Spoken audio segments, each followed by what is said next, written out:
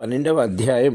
నివృత్తి లోకానికి పింగాక్షుడు అనే రాజు యక్షుడు రాజు ఎలాయను. పూర్వం వింధ్య అటవీ యందు నిర్వంధ్య నదీ తీరమున శరభుల అనే గ్రామము కలదు. ఆ గ్రామానికి ఒక ప్రభు పింగాక్షుడు. అతడు సూర్యుడు, క్రూర కర్మ విముఖుడు, పరమదయాళుడు. క్రూర మృగముల బారి నుండి బాటసారును రక్షించుచూ ఉండేవాడు.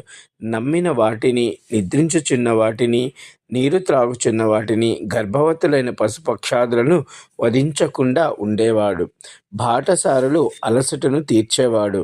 ఆకలితో ఉన్నవారికి అన్నము, చెప్పులు లేని వారికి చెప్పులు, వస్త్రాలు లేని వారికి వస్త్రాలు, ఇలా చిన్న చిన్న సహాయాలు చేస్తూ ఉండేవాడు. ఆ అభయ అరణ్యంలో బాటసారులకు అభయమిచ్చి రక్షించి సురక్షితముగా వారి వారి గమ్యాలకు చేర్చేవాడు. వారి నుండి ధనము కానీ మరి ఏ ద్రవ్యాన్ని కానీ స్వీకరించేవాడు కాదు. జయ కాశీ విశ్వనాథ్.